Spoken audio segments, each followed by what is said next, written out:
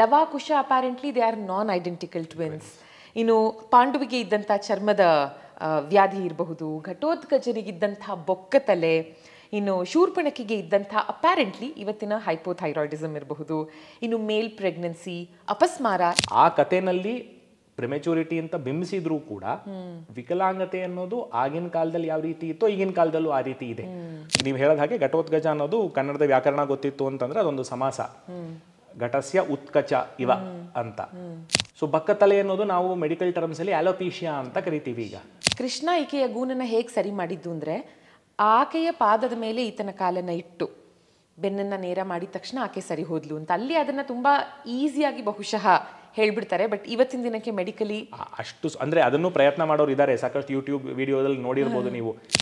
ಸಿಕ್ಕಾಪಟ್ಟೆ ತಿನ್ನೋದು ಅಂತಕ್ಕಂಥದ್ದು ಒಂದು ಮೆಡಿಕಲ್ ಕಂಡೀಷನ್ ಅಂತಂದ್ರೆ ಅವಶ್ಯಕತೆಗೂ ಮೀರಿ ಹಸುವಿರುವಂಥದ್ದು. ಆ್ಯಂಡ್ ಪಾಂಡುವಿಗೆ ಇದ್ದಂಥ ಚರ್ಮರೋಗ, ಐ ಥಿಂಕ್ ಇವತ್ತಿಗೂ ನಾವು ಅದನ್ನ ನೋಡ್ತೀವಿ. ಅಂಡ್ ಅದನ್ನ ಆಡು ಭಾಷೆಯಲ್ಲಿ ಪಾಂಡುರೋಗ ಅಂತಾನೂ ಕರಿತೀವಿ. ಅದನ್ನ ಕರೆಯೋದೇ ಪಾಂಡುರೋಗ ಅಂತಾನೆ ಕರಿತಾ ಇದ್ರು ಒಂದ್ ಕಾಲದ ತನಕ. ಅದಾದ್ಮೇಲಿಂದ ಅದು ಪಾರಿಭಾಷಿಕವಾಗಿ ಅದನ್ನ ತೊನ್ನು ಅಂತ ಕರೀತಾರೆ, ಅಥವಾ ಬಿಳಿ ಚರ್ಮದ ಕಾಯಿಲೆ ಅಂತ ಕರೀತಾರೆ. ಕಥೆಯ ಪ್ರಕಾರ ಏನು ಅಂತಂದ್ರೆ ಆತನಿಗೆ ಸರ್ಪಯಾಗ ಮಾಡಾದ್ಮೇಲಿಂದ ಕುಷ್ಠರೋಗ ಬಂತು ಅಂತಕ್ಕಂಥದ್ದಿದೆ. ಕುಷ್ಠರೋಗ ಬಂದು ಅದರಿಂದ ತುಂಬಾ ಅವನು ನರಳಿ ಅದಕ್ಕೆ ಒಂದು ರೀತಿಯಾದ ಪರಿಹಾರವನ್ನು ಕಂಡುಹಿಡ್ಕೊಂಡ. ಆ್ಯಕ್ಚುಲಾಗಿ ಅವನು ಕಂಡುಹಿಡ್ಕೊಂಡಿದ್ದು ನಮ್ಮ ದಕ್ಷಿಣ ಭಾರತದಲ್ಲೇ ಕೇರಳದ ತನಕ ಹೋಗಿ ಅಲ್ಲಿ ಒಂದು ಕಡೆ ಆತನಿಗೆ ಪರಿಹಾರ ಸಿಕ್ತು. ಸೊ ಹಾಗಾಗಿ ಆಗಿನ ಕಾಲದಿಂದಲೂ ಕೇರಳದ ಪ್ರಾಂತ್ಯ ವೈದ್ಯಕೀಯ ಶಾಸ್ತ್ರದಲ್ಲಿ ಮುಂದುವರೆದಿತ್ತು. ಅವನ ತಂದೆಯ ದೇಹವನ್ನ ಅರೆದು ಅದರ ಬಲಗೈಯಿಂದ ಇವನು ಬಂದ ಅಂತ ಹೇಳಿ ಉಲ್ಲೇಖ ಇದೆ.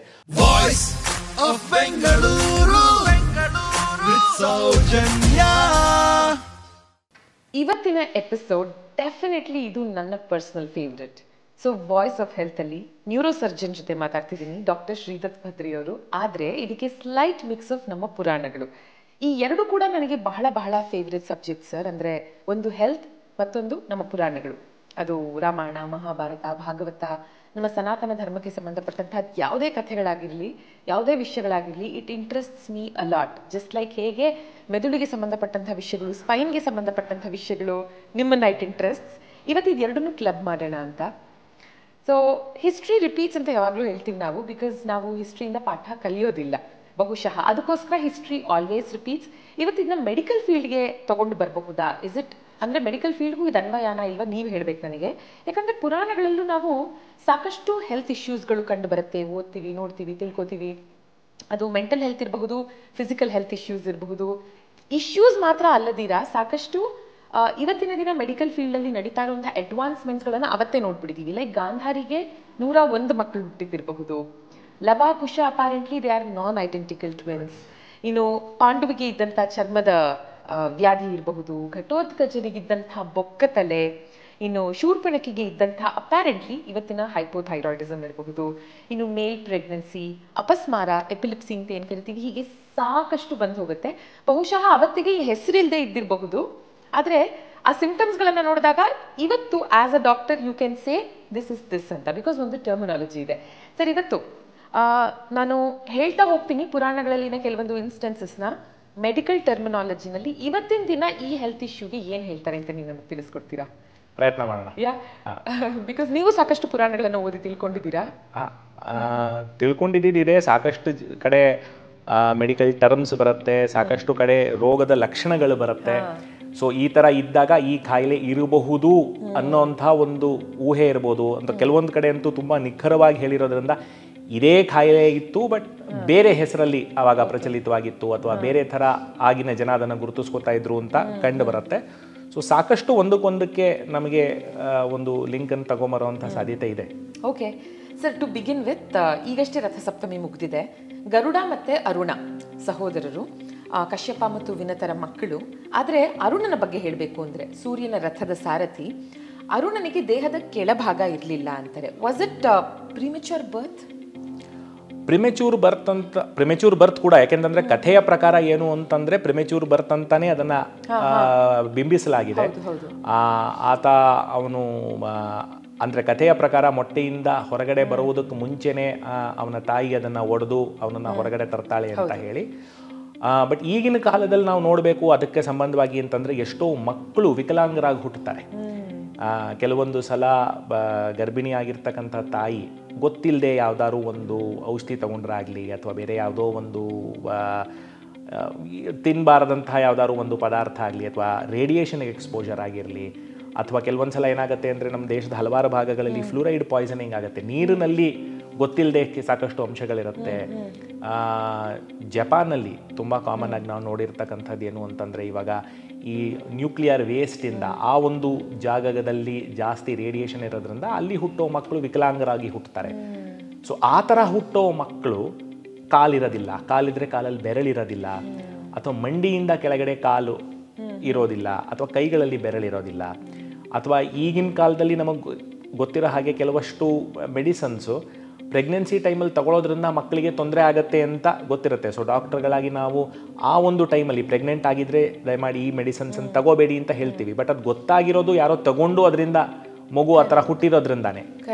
ಸೊ ಆ ರೀತಿ ಇರಬೇಕಾದ್ರೆ ಸಾಕಷ್ಟು ಕೇಸ್ಗಳಲ್ಲಿ ಮಕ್ಕಳು ಕಾಲಲ್ಲಿ ಬೆರಳಿಲ್ಲದೆ ಅಥವಾ ಮಂಡಿಯಿಂದ ಕೆಳಗಡೆ ಕಾಲು ಆಗದೆ ಅಥವಾ ಕೈಗಳಲ್ಲಿ ಬೆರಳಿಲ್ಲದೆ ಬರತಕ್ಕಂಥ ಸಾಕಷ್ಟು ಎಕ್ಸಾಂಪಲ್ಸ್ ಇದೆ. ಈ 7th ಮಂತಲ್ಲಿ ಹುಟ್ಟೋರಲ್ಲೂ ಸುಮಾರು ಜನರಲ್ಲಿ ನಾವು ನೋಡ್ತೀವಿ ಕೊನೆ ಬೆರಳಿಲ್ಲದೆ ಇರೋದು ಅಥವಾ ಚಿಕ್ಕದಾಗಿರೋದು. ಪ್ರಿಮೆಚೂರಿಟಿನಲ್ಲಿ ವಿಕಲಾಂಗತೆ ಅನ್ನೋದು ಸಾಕಷ್ಟು ಸಲ ಇರೋದಿಲ್ಲ. ಪ್ರಿಮೆಚೂರಿಟಿನಲ್ಲಿ ಏನಿರುತ್ತೆ ಅಂದರೆ ಮಗು ಆಗಿರುತ್ತೆ, ಬಟ್ಟು ತಾನಾಗೆ ಅದು ಜೀವನ ಧರಿಸೋದಕ್ಕೆ ಅದಕ್ಕೆ ಶಕ್ತಿ ಇರೋದಿಲ್ಲ, ಅಂದರೆ ಪೂರ್ತಿ ಬೆಳವಣಿಗೆ ಆಗಿರೋದಿಲ್ಲ.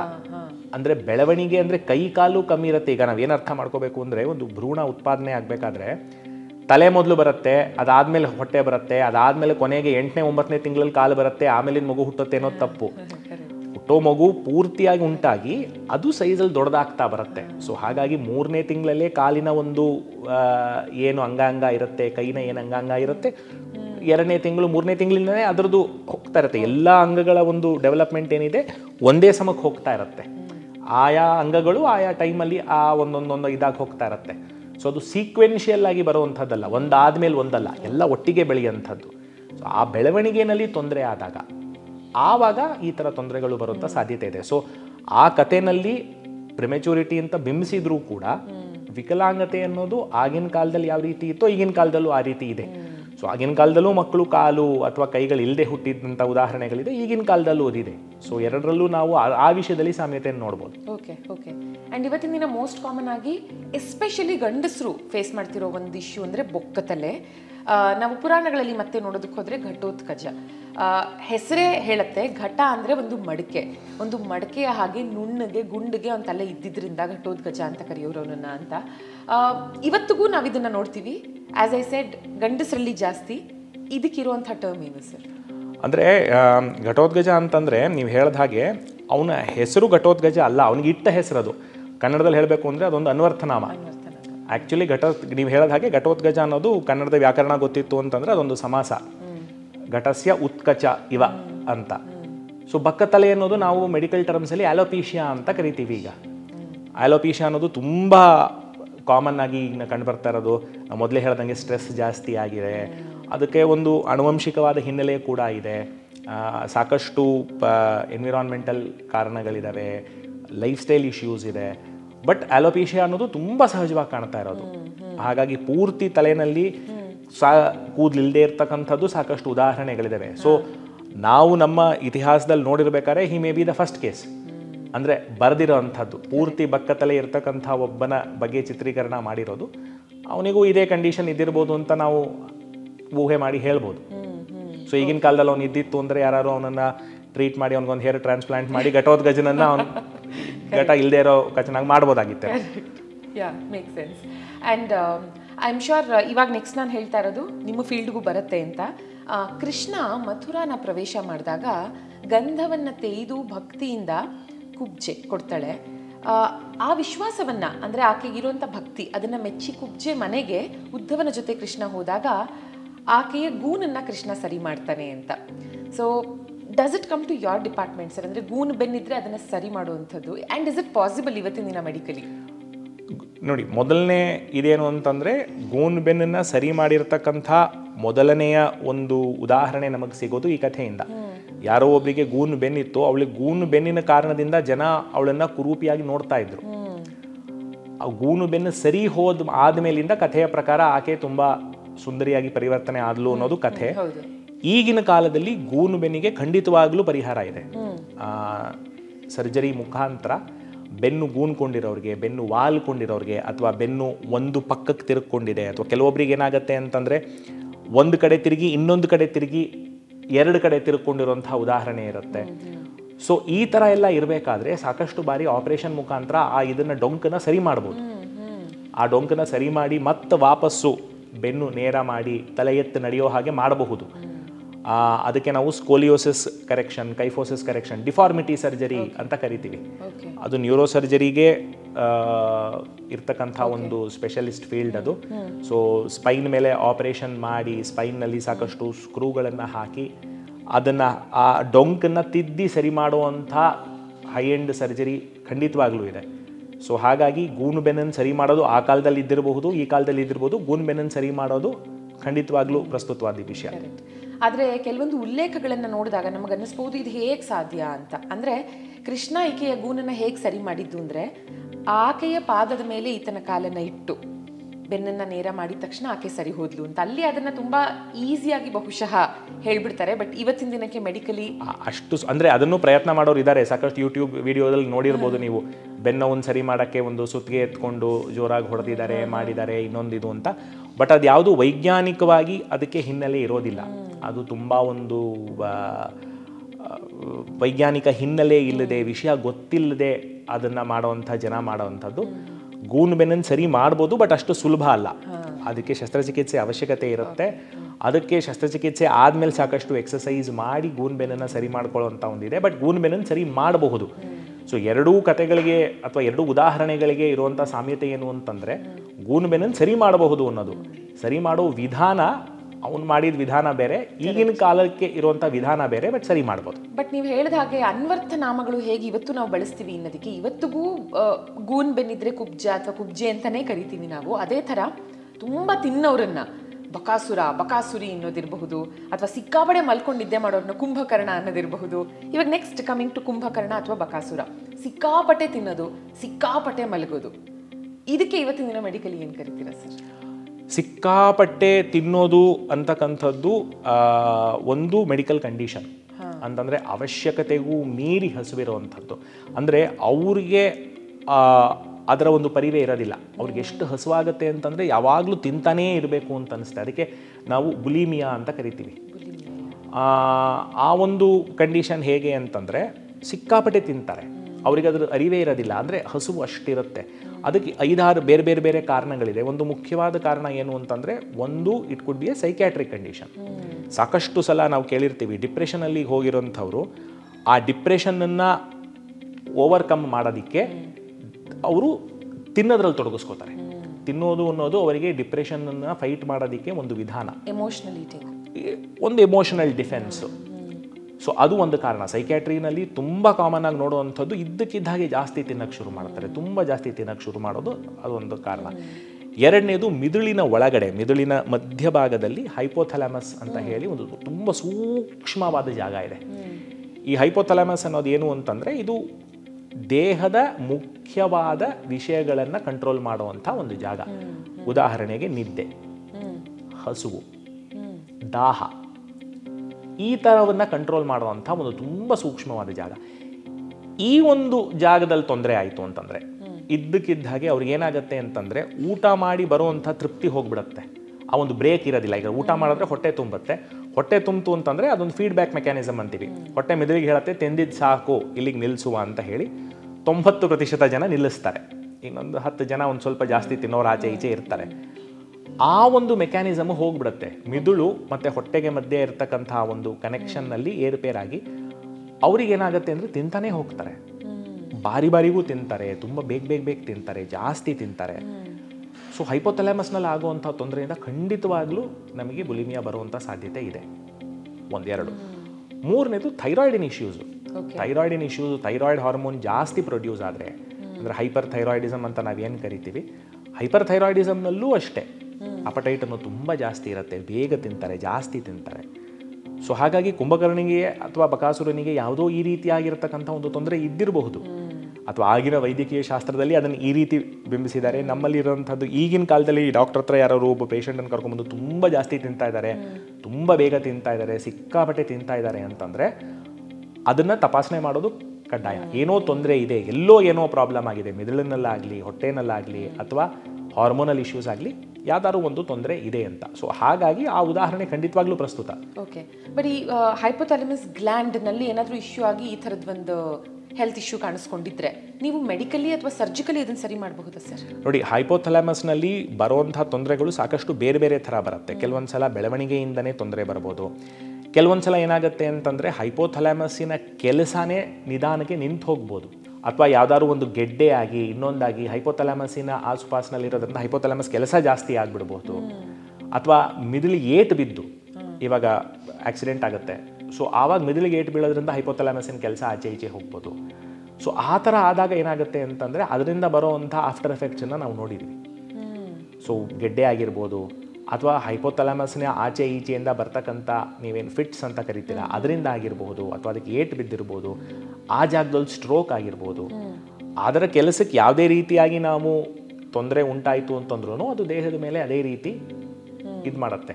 ಪಿಟ್ಯೂಟ್ರಿ ಅನ್ನೋ ಒಂದು ಗ್ಲ್ಯಾಂಡನ್ನ ಕಂಟ್ರೋಲ್ ಮಾಡೋ ಒಂದು ಜಾಗ ಮೆದುಳಲ್ಲಿ ಇರೋದು ಹೈಪೋಥಾಲಮಸ್ನಲ್ಲಿ. ಸೊ ಹೇಗೆ ಇವಾಗ ಒಂದು ಆರ್ಕೆಸ್ಟ್ರಾನ ಇಮ್ಯಾಜಿನ್ ಮಾಡ್ಕೊಳ್ಳಿ, ಎಲ್ಲ ಇನ್ಸ್ಟ್ರೂಮೆಂಟನ್ನು ಪ್ಲೇ ಮಾಡೋ ಜನ ಇರ್ತಾರೆ, ಅದಷ್ಟನ್ನು ಕಂಡಕ್ಟ್ ಮಾಡೋಕ್ಕೆ ಅಂತ ಹೇಳಿ ಒಬ್ಬ ಇರ್ತಾನೆ, ಯಾರು ಯಾವ ಸಮಯಕ್ಕೆ ಏನು ಬಾರಿಸ್ಬೇಕು, ಯಾರು ಯಾವ ಸಮಯಕ್ಕೆ ಇದಾಗಿರಬೇಕು ಅಂತ. ಆ ಕೆಲಸನ ಮಾಡೋದು ಪಿಟ್ಯೂಟ್ರಿ. ಪಿಟ್ಯೂಟ್ರಿ ಅನ್ನೋದನ್ನು ನಾವು ಮಾಸ್ಟರ್ ಕಂಟ್ರೋಲ್ ಗ್ಲ್ಯಾಂಡ್ ಅಂತ ಕರಿತೀವಿ. ಪಿಟ್ಯೂಟ್ರಿನ ಒಂದು ಸಿಗ್ನಲ್ನ ಇಟ್ಕೊಂಡು ಥೈರಾಯ್ಡ್ ಕೆಲಸ ಮಾಡುತ್ತೆ, ಅಡ್ರಿನಲ್ಸ್ ಕೆಲಸ ಮಾಡುತ್ತೆ, ಇದು ರೀಪ್ರೊಡಕ್ಟಿವ್ ಸಿಸ್ಟಮ್ ಕೆಲಸ ಮಾಡೋದು ಪಿಟ್ಯೂಟ್ರಿನ ಒಂದು ಕೆಲಸದಿಂದ. ಪಿಟ್ಯೂಟ್ರಿನ ಕಂಟ್ರೋಲ್ ಮಾಡೋ ಜಾಗ ಮೆದುಳಲ್ಲಿರೋದು ಹೈಪೋಥಾಲಮಸ್ನಲ್ಲಿ. So that is by far the most important centre in the brain. Hormonal wise ನೋಡಿದಾಗ, ಸ್ಲೀಪ್ ವೈಸ್ ನೋಡಿದಾಗ ಅದರಲ್ಲಿ ಏನೇ ತೊಂದರೆ ಆಯಿತು ಅಂತಂದ್ರೂ ಇಮ್ಮಿಡಿಯೇಟ್ ಆಗಿ ಅದು ದೇಹದ ಒಂದು ಕೆಲಸದಲ್ಲಿ ಅದು ರಿಫ್ಲೆಕ್ಟ್ ಆಗುತ್ತೆ. ಬಟ್ ಕರೆಕ್ಟ್ ಮಾಡಬಹುದಾ ಇಶ್ಯೂನ? ಯಾವ ಕಾರಣದಿಂದ ಆಗಿದೆ ಅಂತ ನೋಡಬೇಕು, ಅದ್ರ ಮೇಲೆ ಡಿಪೆಂಡ್ ಆಗುತ್ತೆ. Okay okay. ಆ್ಯಂಡ್ ಪಾಂಡುವಿಗೆ ಇದ್ದಂತಹ ಚರ್ಮ ರೋಗ, ಐ ಥಿಂಕ್ ಇವತ್ತಿಗೂ ನಾವು ಅದನ್ನ ನೋಡ್ತೀವಿ. ಅಂಡ್ ಅದನ್ನ ಆಡು ಭಾಷೆಯಲ್ಲಿ ಪಾಂಡುರೋಗ ಅಂತಾನೂ ಕರಿತೀವಿ. ಆಕ್ಚುಲಿ ಅದನ್ನ ಕರೆಯೋದೇ ಪಾಂಡುರೋಗ ಅಂತಾನೆ ಕರಿತಾ ಇದ್ರು ಒಂದು ಕಾಲದ ತನಕ. ಅದಾದ ಮೇಲಿಂದ ಅದು ಪಾರಿಭಾಷಿಕವಾಗಿ ಅದನ್ನ ತೊನ್ನು ಅಂತ ಕರೀತಾರೆ, ಅಥವಾ ಬಿಳಿ ಚರ್ಮದ ಕಾಯಿಲೆ ಅಂತ ಕರೀತಾರೆ. ಅದೊಂದು ಆಲ್ಮೋಸ್ಟ್ ಸಾಮಾಜಿಕವಾಗಿ ಅದೊಂದು ಸ್ಟಿಗ್ಮಾ ಥರ ನೋಡ್ತಾರೆ. ಆ್ಯಕ್ಚುಲಿ ಅದಕ್ಕೆ ನಾವು ಲ್ಯೂಕೋಡರ್ಮಾ ಅಂತ ಕರಿತೀವಿ. ಅಂದರೆ ಚರ್ಮದ ಮೇಲೆ ಬಿಳಿ ಬಿಳಿ ಕಲೆಗಳಾಗಲಿ ಅಥವಾ ಇಡೀ ಚರ್ಮ ಇರುವಂಥ ಇದನ್ನು ಕಳ್ಕೊಳ್ಳೋದು. ಅದು ದೇಹದಲ್ಲಿ ನಮಗೆ ನಮ್ಮ ಬಣ್ಣವನ್ನು ಕೊಡುವಂಥದ್ದು ಒಂದು ಪಿಗ್ಮೆಂಟು, ಮೆಲನಿನ್ ಅಂತ ಹೇಳಿ ಒಂದು ಪಿಗ್ಮೆಂಟ್ ಅದು ಚರ್ಮದಲ್ಲಿರುತ್ತೆ. ಆ ಮೆಲನಿನ್ನ ಅಭಾವದಿಂದ, ಮೆಲನಿನ್ನ ಕೊರತೆಯಿಂದ ಚರ್ಮಕ್ಕೆ ತನಗೆ ಸಿಗ್ತಕ್ಕಂಥ ಸ್ವಾಭಾವಿಕ ಬಣ್ಣ ಇರೋದಿಲ್ಲ. ಅವಾಗ ಏನಾಗುತ್ತೆ ಅಂತಂದರೆ ಸಾಧಾರಣವಾಗಿ ಚರ್ಮಕ್ಕೆ ಬಣ್ಣ ಇಲ್ಲದೆ ಇರಬೇಕಾದ್ರೆ ಅದು ಕಾಣದೇ ಬೆಳ್ಳಕ್ಕೆ. ಸೊ ಆಗಿನ ಕಾಲದಲ್ಲಿ ಅವನಿಗೆ ಆ ಒಂದು ತೊಂದರೆ ಇತ್ತು ಅನ್ನೋ ಉಲ್ಲೇಖ ಇದೆ. ಈಗಿನ ಕಾಲದಲ್ಲಿ ನಾವು ನೋಡಬೇಕಾದ್ರೆ ಜನಕ್ಕೆ ಆ ಥರ ಇರೋದು ಅಂತಂದರೆ ಸೊ ಅದೇ ರೀತಿಯಾಗಿರ್ತಕ್ಕಂಥ ಒಂದು ತೊಂದರೆ ಆಗಿನ ಕಾಲದಲ್ಲೂ ಇತ್ತು, ಈಗಿನ ಕಾಲದಲ್ಲೂ ಇದೆ. ಕರೆಯೋ ಹೆಸರು ಬೇರೆ ಅಷ್ಟೇ, ಬಟ್ ಮೂಲಭೂತವಾಗಿರ್ತಕ್ಕಂಥ ತೊಂದರೆ ಅದು. ಕರೆಕ್ಟ್. Okay okay. ಇನ್ನು ವೈಶಂಪಾಯನನಿಂದ ಮೊದಲು ಮಹಾಭಾರತವನ್ನು ಕೇಳಿದ್ಯಾರು? ಸರ್ಪಯಾಗವನ್ನು ಮಾಡಿದಂಥದ್ರ ಜೊತೆ ಇವರನ್ನ ನಾವು ರಿಲೇಟ್ ಮಾಡ್ಕೋತೀವಿ. ದಟ್ ಇಸ್ ಅರ್ಜುನನ ಮರಿಮೊಮ್ಮಗ ಜನಮೇಜಯ ರಾಜ. ಜನಮೇಜಯ ರಾಜನಿಗಿದ್ದಂಥ ಒಂದು ಹೆಲ್ತ್ ಇಶ್ಯೂ ಇವತ್ತಿಗೆ ಏನಂತ ಕರೀತೀವಿ ನೋಡಿ. ಜನಮೇಜಯ ಅನ್ನೋನು ಪರೀಕ್ಷಿತ್ ರಾಜನ ಮಗ.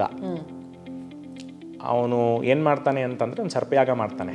ಇದರಲ್ಲಿ ಒಂದು ತುಂಬ ಮುಖ್ಯವಾದ ಇದು ಏನು ಅಂತಂದರೆ, ಆಗಿನ ಕಾಲದ ಕಥೆ ಓದಿದ್ರೆ ಏನಿಲ್ಲ ಅಂತಂದ್ರೂ ಒಂದು 50-60 ಬೇರೆ ಬೇರೆ ಪ್ರಜಾತಿಯ ಸರ್ಪಗಳನ್ನು ಹೇಳಿದ್ದಾರೆ. ಈಗಿನ ಕಾಲದಲ್ಲಿ ಕೂತು ಹೇಗೆ ಇವಾಗ ನೀವು ರೀಸೆಂಟಾಗಿ ನೋಡಿರ್ಬೋದು, ನಮ್ಮ ಆಗುಂಬೆನಲ್ಲಿ ಒಬ್ಬರು ಹರ್ಪೆಟಾಲಜಿಸ್ಟು ಡಾಕ್ಟರ್ ಗೌರಿಶಂಕರ್ ಅಂತ ಹೇಳಿ, ಅವರು ನಾಗರ ಹಾವಿನ 4 ಬೇರೆ ಬೇರೆ ಪ್ರಭೇದಗಳಿದೆ ಅಂತ ಹೇಳಿ ಇದು ಮಾಡಿ ತುಂಬ ರೆಕಗ್ನಿಷನ್ ಅಂತ ಪಡ್ಕೊಂಡ್ರು. ಸೊ ಅದೇ ರೀತಿ ಆಗಿನ ಕಾಲದಲ್ಲೂ ಇದೇ ರೀತಿಯಾಗಿ ಬೇರೆ ಬೇರೆ ಒಂದು 50-60 ಬೇರೆ ಬೇರೆ ರೀತಿಯ ಸರ್ಪಗಳಿದ್ದುವು ಅಂತಂದರೆ ಇದೇ ರೀತಿ ಸಂಶೋಧನೆ ಮಾಡ್ತಕ್ಕಂಥ ಜನ ಇದ್ದರು. ಬೇರೆ ಬೇರೆ ಥರ ಹಾವುಗಳನ್ನು ವಿಂಗಡಣೆ ಮಾಡಿ ಇದು ಮಾಡಿದ್ರು ಅಂತ ಕೂಡ ಉಲ್ಲೇಖ ಇದೆ ಅದರಲ್ಲಿ. ಸೊ ಹಾಗಾಗಿ ನಮ್ಮ ಒಂದು ವೈಜ್ಞಾನಿಕ ಹಿನ್ನೆಲೆ ಎಷ್ಟರ ಮಟ್ಟಿಗೆ ಮುಂದುವರೆದಿತ್ತು, ಎಷ್ಟರ ಮಟ್ಟಿಗೆ ಜನರ ಕುತೂಹಲ ಇತ್ತು ಅದರಲ್ಲಿ, ಇದನ್ನು ಬೇರೆ ಬೇರೆ ಥರ ಮಾಡಬೇಕು ಹಾಗೂ ಈ ಥರ ಬೇರೆ ಬೇರೆ ಕಂಡುಹಿಡಿಬೇಕು ಅಂತ ಕೂಡ ಇತ್ತು. ಎರಡನೇದಾಗಿ ಕಥೆಯ ಪ್ರಕಾರ ಏನು ಅಂತಂದರೆ ಆತನಿಗೆ ಸರ್ಪಯಾಗ ಮಾಡಾದ್ಮೇಲಿಂದ ಕುಷ್ಠರೋಗ ಬಂತು ಅಂತಕ್ಕಂಥದ್ದಿದೆ. ಕುಷ್ಠರೋಗ ಬಂದು ಅದರಿಂದ ತುಂಬ ಅವನು ನರಳಿ ಅದಕ್ಕೆ ಒಂದು ರೀತಿಯಾದ ಪರಿಹಾರವನ್ನು ಕಂಡುಹಿಡ್ಕೊಂಡ. ಆ್ಯಕ್ಚುಲಾಗಿ ಅವನು ಕಂಡುಹಿಡ್ಕೊಂಡಿದ್ದು ನಮ್ಮ ದಕ್ಷಿಣ ಭಾರತದಲ್ಲೇ ಕೇರಳದ ತನಕ ಹೋಗಿ ಅಲ್ಲಿ ಒಂದು ಕಡೆ ಆತನಿಗೆ ಪರಿಹಾರ ಸಿಕ್ತು. ಸೊ ಹಾಗಾಗಿ ಆಗಿನ ಕಾಲದಿಂದಲೂ ಕೇರಳದ ಪ್ರಾಂತ್ಯ ವೈದ್ಯಕೀಯ ಶಾಸ್ತ್ರದಲ್ಲಿ ಮುಂದುವರೆದಿತ್ತು ಅಂತಕ್ಕಂಥದ್ದು ಮುಖ್ಯವಾದ ವಿಷಯ. ಸೊ ಕುಷ್ಠರೋಗ ಅನ್ನೋದು ನಾವು ಕಾಮನ್ ಆಗಿ ನೋಡೋದು ಲೆಪ್ರಸಿ, ಅದು ಒಂದು ಚರ್ಮದ ಕಾಯಿಲೆ ಹಾಗೂ ನರದ ಕಾಯಿಲೆ ಕೂಡ. ಮುಖ್ಯವಾಗಿ ಲೆಪ್ರಸಿ ಅಥವಾ ಕುಷ್ಠರೋಗ ಅಂತಕ್ಕಂಥದ್ದು ನರಗಳಿಗೆ ಬರುವಂಥ ಇನ್ಫೆಕ್ಷನ್. ಲೆಪ್ರಸಿ ಮಾಡುವಂಥ ಒಂದು ಉಂಟು ಮಾಡುವಂಥ ಬ್ಯಾಕ್ಟೀರಿಯಾ ಏನಿದೆ ಅದು ಫಸ್ಟು ಇನ್ಫೆಕ್ಟ್ ಮಾಡೋದು ನರಕ್ಕೆ. ನರಗಳು ಊದ್ಕೊಳ್ಳುತ್ತೆ, ನರಗಳ ಕೆಲಸ ಕಂಪ್ಲೀಟಾಗಿ ಹೋಗುತ್ತೆ. ಸೊ ಅದರಿಂದ ಮುಂದೆ ಹೋಗ್ತಾ ಚರ್ಮಕ್ಕೆ ಉಂಟಾಗಿ ಚರ್ಮದಲ್ಲಿ ಗಾಯಗಳಾಗೋದು, ಚರ್ಮ ಮುಟ್ಟದೇ ಇರೋದು ಗೊತ್ತಾಗೋದು, ಕೈ ಮತ್ತು ಕಾಲುಗಳ ಬೆರಳುಗಳು ವಿಕಲಾಂಗರಾಗೋದು ಅದೆಲ್ಲ ಆಗುತ್ತೆ. ಸೊ ಕುಷ್ಠರೋಗ ಅಂತಕ್ಕಂಥದ್ದು ಸಾಕಷ್ಟು ಕಡೆ ಬರುತ್ತೆ. ಇತ್ತೀಚಿನ ಚರಿತ್ರೆಯಿಂದ ಹಿಡಿದು ಪುರಾಣಗಳ ತನಕ ಕುಷ್ಠರೋಗ ಅನ್ನೋದು ಅದೇ ಹೆಸರಲ್ಲೇ ಇರೋದ್ರಿಂದ ಲೆಪ್ರಸಿ ಅಂತ ಇದು. ಆಗಿನ ಕಾಲದಲ್ಲಿ ಹೇಗೆ ಅವನು ಅದಕ್ಕೆ ಪರಿಹಾರನ ಕಂಡುಕೊಂಡು ಈಗಿನ ಕಾಲದಲ್ಲೂ ಏನು ಹೇಳಬೇಕಂದ್ರೆ ಲೆಪ್ರಸಿ ಈಸ್ ಕಂಪ್ಲೀಟ್ಲಿ ಕ್ಯೂರಬಲ್. ಕುಷ್ಠರೋಗವನ್ನು ಕಂಪ್ಲೀಟಾಗಿ ವಾಸಿ ಮಾಡಬಹುದು. ಸರ್ಕಾರದ ಯೋಜನೆ ಕೂಡ ಇದೆ, ಕುಷ್ಠರೋಗ ನಿರ್ಮೂಲನಾ ಕಾರ್ಯಕ್ರಮಗಳಿದ್ದಾವೆ. ಕುಷ್ಠರೋಗವನ್ನು ಕಂಪ್ಲೀಟಾಗಿ ವಾಸಿ ಮಾಡ್ಬೋದು, ಬಟ್ ಅದಕ್ಕೆ ಸರಿಯಾದ ಚಿಕಿತ್ಸೆ ತಗೋಬೇಕು ರೈಟ್ ಟೈಮಲ್ಲಿ ಕೂಡ. ಮತ್ತೆ ಕರೆಕ್ಟ್ ಆಗಿರೋಂಥ ಮೆಡಿಸಿನ್ಸನ್ನ ಕರೆಕ್ಟ್ ಆಗಿರೋ ಟೈಮಲ್ಲಿ ಕರೆಕ್ಟ್ ಆಗಿರೋ ಡ್ಯೂರೇಷನ್ಗೆ ತಗೊಂಡ್ರೆ ಕುಷ್ಠರೋಗ ಅಂತಕ್ಕಂಥದ್ದನ್ನು ಕಂಪ್ಲೀಟಾಗಿ ವಾಸಿ ಮಾಡಬಹುದು. ಓಕೆ ಸರ್, ಆ್ಯಂಡ್ ಲಾಸ್ಟ್ಲಿ, ಯಾರಿಂದ ಈ ಪೃಥ್ವಿಗೆ ಹೆಸರು ಬಂದಿದೆಯೋ ಪೃಥು ವೇಣ ಮಗ ಪೃಥು. ಆದರೆ ಪೃಥುವಿನ ಜನನ ಹೇಗಾಯಿತು ಅಂತ ನಾವು ನೋಡೋದಕ್ಕೆ ಹೋದರೆ ತಂದೆಯ ಬಲಗೈ ಅದನ್ನು ಅರ್ದು ಅದರಿಂದ ಈತನಿಗೆ ಜನ್ಮ ಸಿಗತ್ತೆ ಅನ್ನುವಂಥದ್ದು. Can we link this to the knowledge of stem cells ಅವಾಗಲೇ ಇತ್ತು ಅಂತ ಹೇಳಬಹುದಾ? ಇರಬಹುದು. ಅವನ ಕಥೆನ ನೋಡ್ತು ಅಂತಂದರೆ ಅವನ ತಂದೆಯ ದೇಹವನ್ನು ಅರೆದು ಅದರ ಬಲಗೈಯಿಂದ ಇವನು ಬಂದ ಅಂತ ಹೇಳಿ ಉಲ್ಲೇಖ ಇದೆ. ಅಂದರೆ ತುಂಬ ಪೊಯೆಟಿಕ್ ಫ್ರೀಡಮ್ ಕೊಟ್ಟಿದ್ದಾರೆ ಅಲ್ಲಿ. ಅದೇ ರೀತಿಯಾಗಿ ಯಾರ್ದೋ ಒಬ್ಬರ ಕೈಯಿಂದ ಒಂದು ಮಗುನ ಉಂಟು ಮಾಡಬಹುದು ಅಂತಕ್ಕಂಥದ್ದು ಒಂದು ಸ್ವಲ್ಪ imagination, little exaggerated, yes. But ಏನಂತಂದರೆ ಅದರ ಹಿನ್ನೆಲೆ ನಾವು ಏನು ನೋಡ್ಬೇಕಂತಂದರೆ ಈಗಿನ ಕಾಲದಲ್ಲಿ ನಾವು ನೋಡ್ತಾ ಇತ್ತು ಅಂತಂದರೆ ನೀವು ನೋಡಿರ್ಬೋದು, ಫಸ್ಟಾಗಿ ಒಂದು ಮೇಕೆಯನ್ನು ಕ್ಲೋನ್ ಮಾಡ್ತಾರೆ, ಡಾಲಿ ಅಂತ ಹೇಳಿ. ತಾಯಿಯ ಒಂದೇ ಒಂದು ಸೆಲ್ಲನ್ನು ತಗೊಂಡು ಅದನ್ನೇ 2 ಆಗಿ 4 ಆಗಿ 6 ಆಗಿ ಮಾಡಿ ಇನ್ನೊಂದು ಮೇಕೆಯನ್ನು ಉಂಟು ಮಾಡಿದ್ರು. ಸೊ ಹಾಗಾಗಿ ನೀವು ಅದನ್ನೇ ನೋಡ್ತು ಅಂತಂದರೆ ಮನುಷ್ಯನಿಗೂ ಅದು ಅಪ್ಲೈ ಆಗ್ಬೋದು. ಯಾವುದೋ ಒಂದು ಕಾಲಘಟ್ಟದಲ್ಲಿ ಅಪ್ಲೈ ಆಗೇ ಆಗುತ್ತೆ. ಮುಂದೆ ಇವಾಗ ನಡೀತಾ ಇದ್ರು ಸಂಶೋಧನೆ, ಮುಂದೆ ಯಾವುದೋ ಒಂದು ಕಾಲಘಟ್ಟದಲ್ಲಿ ಆಗೇ ಆಗುತ್ತದು. ಅಂದರೆ ನಿಮ್ಮ ದೇಹದ ಯಾವುದೋ ಒಂದು ಭಾಗದಿಂದ ಅಥವಾ ಒಂದು ಸೆಲ್ಲನ್ನು ತಗೊಂಡು ಅದರಿಂದ ನಿಮ್ಮ ಥರದ್ದೇ ಆಗಿರ್ತಕ್ಕಂಥ ಇನ್ನೊಬ್ಬ ಮನುಷ್ಯನನ್ನು ಉಂಟು ಮಾಡುವಂಥ ಒಂದು ತಂತ್ರಜ್ಞಾನ ಬರುತ್ತೆ, ಯಾವುದೋ ಒಂದು ಕಾಲಕ್ಕೆ ಬಂದೇ ಬರುತ್ತೆ. ಆಗಿನ ಕಾಲದಲ್ಲಿ ಇದ್ದಿರಬಹುದು, ಅದರ ಒಂದು ಜ್ಞಾನ ಇದ್ದಿರಬಹುದು. ಸೊ ಹಾಗಾಗಿ ಆತನ ದೇಹದ ಯಾವುದೋ ಒಂದು ಭಾಗದಿಂದ ಆತನದ್ದೇ ಥರದ ಇನ್ನೊಬ್ಬನನ್ನು ಉಂಟು ಮಾಡ್ತಕ್ಕಂಥ ಒಂದು ನಾಲೆಡ್ಜ್ ಆ ಕಾಲದಲ್ಲಿ ಇದ್ದಿರ್ಬೋದು, ವಿದ್ಯೆ ಇದ್ದಿರ್ಬೋದು, ಇಲ್ಲದೇ ಇರಬಹುದು. ಬಟ್ ಈಗಿನ ಕಾಲಕ್ಕೆ ಆ ಥರ ಒಂದು ಮಾಡುವಂಥ ಒಂದು ಸಂಶೋಧನೆ ನಡೀತಾ ಇರೋದ್ರಿಂದ ಎರಡರಲ್ಲೂ ಒಂದು ಹಂತಕ್ಕೆ ಸಾಮ್ಯತೆ ಇರಬಹುದು. Stem cells could have been a reality at that time. ಬಹುಶಃ ಗೋಯಿಂಗ್ ಫಾರ್ವರ್ಡ್ ಟೆಕ್ನಾಲಜಿ ಇನ್ನೂ ಅಡ್ವಾನ್ಸ್ ಆದಮೇಲೆ ಇನ್ನೂ ಎಷ್ಟೆಷ್ಟೋ ವಿಷಯಗಳಿಗೆ ಪುರಾಣಗಳಲ್ಲಿ ನಡೆದಿರುವಂಥದಕ್ಕೆ ನಮಗೆ ಕ್ಲಾರಿಟಿ ಸಿಗಬಹುದು ಗೋಯಿಂಗ್ ಫಾರ್ವರ್ಡ್. ಬಟ್ ಸಾಕಷ್ಟು ಸಲ ನಾವು ಮುಂದೆ ಹೋಗ್ತಾ ಹಿಂದೆ ಆಗಿರೋದೇ ಎಷ್ಟೊಂದು ಸಲ ಸರಿ ಅಂತ ಅನಿಸುವಂಥದ್ದು ತುಂಬ ಸಹಜ ನಮಗೆ. ಇತ್ತೀಚಿನ ದಿನಗಳಲ್ಲಿ ಸಾಕಷ್ಟು ನಾವು ಹಿಂದೆ ಮಾಡಿರ್ತಕ್ಕಂಥದ್ದು ಸರಿ ಇತ್ತು, ಅವ್ರು ಮಾಡಿರೋಂಥ ಒಂದು ನಿಯಮಗಳಾಗಲಿ, ಜೀವನ ಶೈಲಿ ಆಗಲಿ, ಇನ್ನೊಂದಾಗಲಿ ಸರಿ ಇತ್ತು. ಈಗಿನ ಕಾಲದಲ್ಲಿ ನಾವು ಕಂಡುಹಿಡ್ಕೋತೀವಿ ಅಂತಂದ್ರೆ, ಒಂದು ಸಣ್ಣ ಉದಾಹರಣೆಗೆ ಏನು ಅಂತಂದರೆ, ಎಷ್ಟೋ ವರ್ಷಗಳ ಕಾಲ ಈಗಲೂ ಸಾಕಷ್ಟು ಜನ ಹೇಳೋದೇನು ಅಂತಂದರೆ ಭೂಮಿ ಅನ್ನೋದು ಫ್ಲ್ಯಾಟ್ ಆಗಿದೆ ಅಂತಾರೆ. ಭೂಮಿ ಗೋಲಾಕಾರದಲ್ಲಿ ಇಲ್ಲ, ಭೂಮಿ ರೌಂಡಾಗಿಲ್ಲ. ಜನರ ಸಂಖ್ಯೆ ಈಗ ಕಮ್ಮಿ. ಒಂದು 300-400 ವರ್ಷದ ಹಿಂದೆ ಹೋಯ್ತು ಅಂತಂದರೆ ಜನ ಅನ್ಕೋತಾ ಇದ್ದಿದೆ ಅದು ಫುಲ್ ಫ್ಲ್ಯಾಟ್ ಆಗಿತ್ತು ಅಂತ. ಆದರೆ ಇದು ಹೆಂಗೆ ಅಂತಂದರೆ, ನಾನು ಎಲ್ಲೋ ನೋಡಿದ್ದಿದ್ದು ಬಟ್ ತುಂಬ ಪ್ರಸ್ತುತವಾಗಿರೋಂಥ ವಿಷಯ. ನಮ್ಮಲ್ಲಿ ಸಂಸ್ಕೃತದಲ್ಲಾಗಲಿ ಅಥವಾ ಕನ್ನಡದಲ್ಲಾಗಲಿ ಜಿಯೋಗ್ರಫಿಗೆ ಕರೆಯೋದು ಭೂಗೋಳಶಾಸ್ತ್ರ. ಅಂದರೆ ನಮಗೆ ಮೊದಲಿಂದಾನೇ ಗೊತ್ತಿತ್ತು ಭೂಮಿ ಗೋಲ್ವಾಗಿದೆ ಅಂತ, ಅದಕ್ಕೆ ಹೆಸರಿಟ್ಟಿದ್ದೇ ನಾವು ಗೋಲ್ವಾಗಿದೆ ಅಂತ ಹೇಳಿ. ಸೊ ಹಾಗಾಗಿ ನಮಗೆ ಗೊತ್ತಿತ್ತು ಸಾಕಷ್ಟು ವಿಷಯ. ಬಟ್ ಏನಂತಂದರೆ ಅದು ನಮ್ಮಿಂದ ಬಂತು ಅಂತ ಹೇಳಿ ಜನ ಅದನ್ನು ತಿರಸ್ಕಾರ ಮಾಡಿದ್ರು. ಅಂದರೆ ಬ್ರಿಟಿಷರ ಒಂದು ಆಳ್ವಿಕೆಯ ಸಮಯದಲ್ಲಿ ಭಾರತೀಯವಾಗಿರ್ತಕ್ಕಂಥ ಯಾವುದೇ ವಿಷಯ ಕಡೆಗಣಿಸಬೇಕು, ಪಾಶ್ಚಾತ್ಯದಿಂದ ಬಂದದ್ದೇ ಪ್ರಾಮುಖ್ಯವಾಗಿರಬೇಕು, ಭಾರತದ ಕಡೆಯಿಂದ ಬಂದಿದ್ದು ಅಂತಂದರೆ ಅದನ್ನು ಒಂದು ಸ್ವಲ್ಪ ಹಿಂದೆ ಇಡಿ, ಅದನ್ನು ನಂಬೇಡಿ, ಅದನ್ನು ನೋಡೋ ಕಣ್ಣೇ ಬೇರೆ ಅಂತ ಒಂದು ಪರಿಸ್ಥಿತಿ ಇತ್ತು. ಬಟ್ ಈಗಿನ ಕಾಲದಲ್ಲಿ ತುಂಬ ಬದಲಾಗ್ತಾ ಇದೆ. ಹೌದು, ವೈಮಾನಿಕ ಶಾಸ್ತ್ರ ನಮ್ಮಲ್ಲಿತ್ತು. ಆಗಲೇ ವಿಮಾನಗಳನ್ನ ಹೇಗೆ ಹಾರಿಸಬೇಕು ಮಂತ್ರಗಳಿಂದ, ಆ್ಯಂಡ್ ಒಬ್ಬ ಪೈಲಟ್ ಅಥವಾ ಕ್ಯಾಪ್ಟನ್, ಅಫ್ಕೋರ್ಸ್ ಇವತ್ತು ಈ ಟರ್ಮ್ಸ್ ಕೊಟ್ಟಿದ್ದೀವಿ ನಾವು, ಹೇಗಿರಬೇಕು, ಎಂಥ ಉಡುಗೆಗಳನ್ನು ತೊಡಬೇಕು, ಆ ವಿಮಾನದಲ್ಲಿ ಟ್ರಾವೆಲ್ ಮಾಡೋರನ್ನ ಹೇಗೆ ನಾವು ಟ್ರೀಟ್ ಮಾಡಬೇಕು, ಇವತ್ತಿನ ದಿನ ನಾವು ಏನ ಎಟಿಕ್ವಿಟ್ ಅಂತ ಹೇಳಿ ಕಲಿಸ್ಕೊಡ್ತಾರೆ ಕೋರ್ಸಸ್ನ ಮಾಡಿ. ಇದನ್ನ ವೈಮಾನಿಕ ಶಾಸ್ತ್ರದಲ್ಲಿ ಅವಾಗಲೇ ಮೆನ್ಷನ್ ಮಾಡಲಾಗಿತ್ತು. ಅದು ಒಂದೇ ಅಲ್ಲ, ಸಾಕಷ್ಟು ವಿಷಯಗಳಲ್ಲಿದೆ. ಫಾರ್ ಎಕ್ಸಾಂಪಲ್ ಯುದ್ಧ ನೀತಿ, ಯುದ್ಧ ತಂತ್ರಗಳನ್ನು ಮಾಡೋದ್ರಲ್ಲಿ ಈಗ ಮಹಾಭಾರತದ ಯುದ್ಧ ನೋಡ್ಬೇಕಾದ್ರೆ ಒಂದೊಂದು ದಿನ ಒಂದೊಂದು ವ್ಯೂಹವನ್ನು ರಚಿಸಿ ಒಬ್ಬರ ಮೇಲೆ ಒಬ್ಬರು ಇದು ಮಾಡೋದು ಅಂತ. ಈಗಿನ ಕಾಲದಲ್ಲೂ ಅಂದರೆ ಮಾಡರ್ನ್ ವಾರ್ಫೇರಲ್ಲಿ ಅದು ಅಷ್ಟು ಇಲ್ಲದೆ ಇದ್ದಿರ್ಬೋದು, ಬಟ್ ಒಂದು 100 ವರ್ಷದ ಹಿಂದೆ 200 ವರ್ಷದ ಹಿಂದೆ ನೋಡ್ತು ಅಂತಂದರೆ ಅವರ ಒಂದು ಆರ್ಮಿ ಫಾರ್ಮೇಷನ್ ಈ ಥರ ಇತ್ತು, ಇವ್ರ ಫಾರ್ಮೇಷನ್ ಈ ಥರ ಇತ್ತು. ಸೊ ಈ ಥರ ಇತ್ತು ಅಂದರೆ ಆ ಥರ ಕೌಂಟರ್ ಮಾಡ್ಬೋದಾಗಿತ್ತು. ಸೊ ಸಾಕಷ್ಟು ವಿಷಯಗಳು ನಮ್ಮಲ್ಲಿ ಮುಂದುವರೆದಿತ್ತು. ಅದು ಒಂದೇ ವಿಷಯದಲ್ಲ, ಯುದ್ಧಶಾಸ್ತ್ರದಲ್ಲಿ ನೀವು ಓದ್ತಾ ಹೋಯ್ತು ಅಂತಂದರೆ ಆ್ಯಕ್ಚುಲಾಗಿ ಏನು ಅಂತಂದರೆ ನಮ್ಮಲ್ಲಿ ಮಹಾಭಾರತದ ನಾಲೆಡ್ಜ್ ಎಲ್ರಿಗೂ ಇರೋದು ಅಂದರೆ ಸೀರಿಯಲ್ ನೋಡಿ. ಮಹಾಭಾರತವನ್ನು ಸಂಪೂರ್ಣವಾಗಿ ಯಾರೂ ಓದಕ್ಕೆ ಹೋಗೋದಿಲ್ಲ, ಓದಬೇಕು. ಅಂದರೆ ಮಹಾಭಾರತವನ್ನು ನೀವು ಒಂದು ಕಾದಂಬರಿ ಥರ ಓದಿ, ಅದನ್ನು ವಿಮರ್ಶಾತ್ಮಕವಾಗಿ ಓದಬೇಕು. ಅಂದರೆ ನಾನು ಅದನ್ನು ನಂಬಿಕೆ ಅಪನಂಬಿಕೆ ಪ್ರಶ್ನೆ ಅಲ್ಲ ಇಲ್ಲಿ. ನಾನು ಅದನ್ನು ಓದೋದನ್ನೇ ಒಂದು ವಿಮರ್ಶೆ ಮಾಡೋದಕ್ಕೋಸ್ಕರ ಓದ್ತೀನಿ ಅಂತ ಓದಿದ್ರೆ ಅದ್ರಲ್ಲಿ ಸಾಕಷ್ಟು ಡೀಟೇಲ್ ಆಗಿರೋ ಇನ್ಫಾರ್ಮೇಷನ್, ಸಾಕಷ್ಟು ವಿಷಯಗಳ ಬಗ್ಗೆ ಇದೆ. ಎಷ್ಟೋ ನದಿಗಳ ಬಗ್ಗೆ ವರ್ಣನೆ ಇದೆ, ಎಷ್ಟೋ ಬೆಟ್ಟಗುಡ್ಡಗಳ ಬಗ್ಗೆ ವರ್ಣನೆ ಇದೆ. ಅದು ಇವತ್ತಿನ ಕಾಲಕ್ಕೂ ಪ್ರಸ್ತುತವಾಗಿದೆ, ನೀವು ಅದನ್ನು ರಿಲೇಟ್ ಮಾಡ್ಬೋದು. ಸರ್, ಸಂಬಂಧಗಳ ಬಗ್ಗೆ, ಪಾಲಿಟಿಕ್ಸ್ ಬಗ್ಗೆ, ಸಾಕಷ್ಟು ರಾಜನೀತಿ ಬಗ್ಗೆ ಅಂತೂ ತುಂಬಾ ದೊಡ್ಡ ದೊಡ್ಡ ಪಾಠಗಳಿದೆ. ಅಂತಂದ್ರೆ ನೀವು ಅಷ್ಟು ದೂರನೂ ಹೋಗ್ಬೇಕಾಗಿಲ್ಲ. ಚಾಣಕ್ಯನ ಅರ್ಥಶಾಸ್ತ್ರ ಓದಿದ್ರೆ ಸಾಕು. ಒಬ್ಬ ರಾಜ ಹೇಗಿರಬೇಕು, ನೀವು ಆ್ಯಕ್ಚುಲ್ ಆಗಿ ಒಂದು 2 ನಿಮಿಷನ ತಗೊಳಂಗಿತ್ತಂದ್ರೆ ನೀವು ಚಾಣಕ್ಯನ ಅರ್ಥಶಾಸ್ತ್ರ ಓದಿದ್ರೆ ಅಲ್ಲಿ ಏನಾಗ್ತಾನೆ ಅಂತಂದ್ರೆ ಎಷ್ಟೋನು ಮೈನ್ಯೂಟಾಗಿ ಒಂದು ಸಮಾಜವನ್ನು ನೋಡಿ ಅದನ್ನು ತಿದ್ದಿದ್ದಾನೆ ಅಂತಂದರೆ, ಒಂದು ಪದಾರ್ಥಕ್ಕೆ ಇಷ್ಟೇ ಬೆಲೆ, ಅಷ್ಟರ ಬೆಲೆ ಮೇಲೆ ಅದನ್ನು ಮಾರಬಾರ್ದು, ಅಷ್ಟರ ಬೆಲೆ ಮೇಲೆ ಅದನ್ನು ಕೊಂಡ್ಕೋಬಾರ್ದು. ಜಾಸ್ತಿ ಒಂದು ಪದಾರ್ಥವನ್ನು ಒಬ್ಬರು ಲೋಡ್ ಮಾಡಿ ಅದನ್ನು ಇದು ಮಾಡ್ತಾ ಇದ್ದಾರೆ ಅಂದರೆ ಅವರಿಗೇ ಒಂದು ಪನಿಷ್ಮೆಂಟು. ಮತ್ತು ಈ ಒಂದು ಪದಾರ್ಥಕ್ಕೆ ಇಷ್ಟೇ ಬೆಲೆ, ಇದರ ಒಂದು ಉತ್ಪಾದನೆಗೆ ಇಷ್ಟು ಬೆಲೆ, ಇದರ ಒಂದು ಉತ್ಪಾದನೆಗೆ ಇಷ್ಟು ಕಮ್ಮಿ ತೆರಿಗೆ, ಎಷ್ಟು ಮೈನ್ಯೂಟಾಗಿ ಅದನ್ನು ಮೈಕ್ರೋ ಮ್ಯಾನೇಜ್ ಮಾಡಿದ್ದಾನೆ ಅಂತಂದರೆ it is A lesson for through the ages. So ಏನಂತಂದರೆ ನಾವು ಹಿಂದೆ ಹೋಗಿ ನೋಡಲ್ಲ ಅಷ್ಟೇ, ನೋಡಿದ್ರು ಅದನ್ನು ಒಂದು ನಮ್ಮ ಕಡೆಯಿಂದ ಬಂದಿದ್ದು. ಅದೇ US ಹೋಗ್ಬಿಟ್ಟು ಒಂದು ಪೇಪರ್ ಆಗಿ ಅವ್ರು ಯಾರು ಬಂದು ನಮಗೆ ಹೇಳಿದ್ರೆ ಅದನ್ನು ಒಪ್ತೀವಿ, ಇದನ್ನು ನಾವು ಒಪ್ಪಲ್ಲ. ಸೊ ನಮ್ಮಿಂದ ಅವ್ರು ಕಲ್ತ್ಕೊಂಡು ಅವ್ರು ಮುಂದುವರೆದ್ರು. ಸೊ ನಮ್ಮದೇ ವಿಷಯ ನಾವು ಮರೆತು ನಾವು V lost it. Sir, as I said ಈ ಎಪಿಸೋಡ್ನ ಪ್ರಾರಂಭದಲ್ಲಿ, this is definitely my favourite episode. ಯಾಕಂದರೆ ನನ್ನ 2 ಫೇವ್ರೆಟ್ ಸಬ್ಜೆಕ್ಟ್ಸ್ಗಳನ್ನು ಕ್ಲಬ್ ಮಾಡೋದಕ್ಕೊಂದು ಅವಕಾಶ ಸಿಕ್ತು. ಲೆಟ್ ಅಸ್ ಸಿ ನಮ್ಮ ಆಡಿಯನ್ಸ್ ಈ ಥರದ ಇನ್ನೊಂದಷ್ಟು ಎಪಿಸೋಡ್ಸ್ಗಳನ್ನು ಎಕ್ಸ್ಪೆಕ್ಟ್ ಮಾಡ್ತಾರಾ ಅಂತ.